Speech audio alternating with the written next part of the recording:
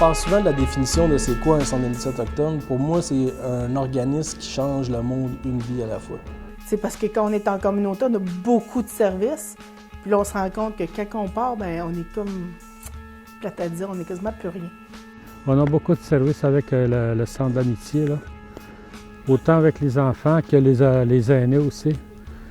C'est un centre qui est là pour aider les gens.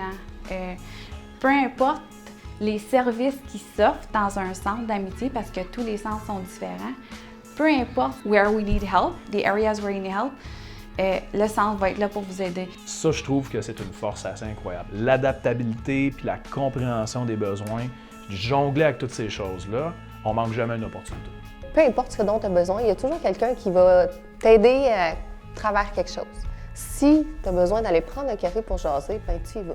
Si tu as besoin d'aller à l'hôpital, de voir une infirmière, ici on est chanceux, on a la clinique, mais sinon il y a quelqu'un qui va t'expliquer comment te rendre, t'expliquer qu'est-ce qu'il faut que tu dises. Des fois, c'est compliqué, il faut que tu remplisses des papiers, tu n'as pas ta carte d'assurance maladie. Donc, il y a toujours cet accompagnement-là. Et même si c'est des services qu'on n'offre pas, bien, la plupart du temps, il y a toujours quelqu'un qui a le cœur sur la main qui va te dire « Ah, je vais t'aider, viens, on va le faire ensemble. » C'est vraiment pour donner des services, sortir de ton isolement, partager tes rêves, peut-être même les réaliser aussi.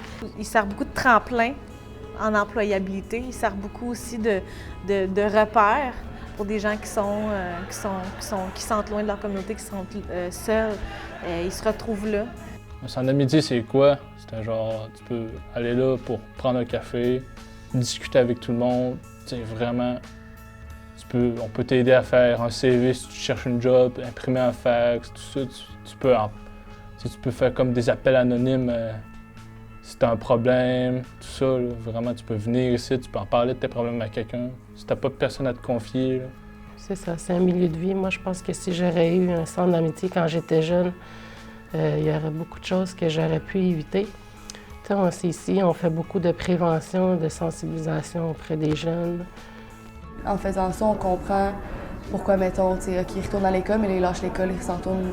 On va comprendre, puis on va pouvoir se mobiliser pour prévenir ça.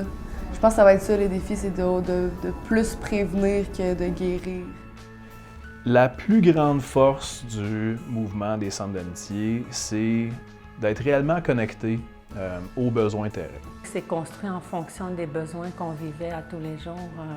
On ne l'a pas construit de la tête, hein. On l'a construit par le vécu des gens, par la réalité des gens.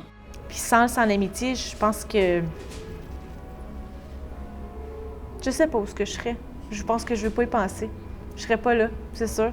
Avec toute la contribution qu'ils ont eue dans mon cheminement, dans ma vie.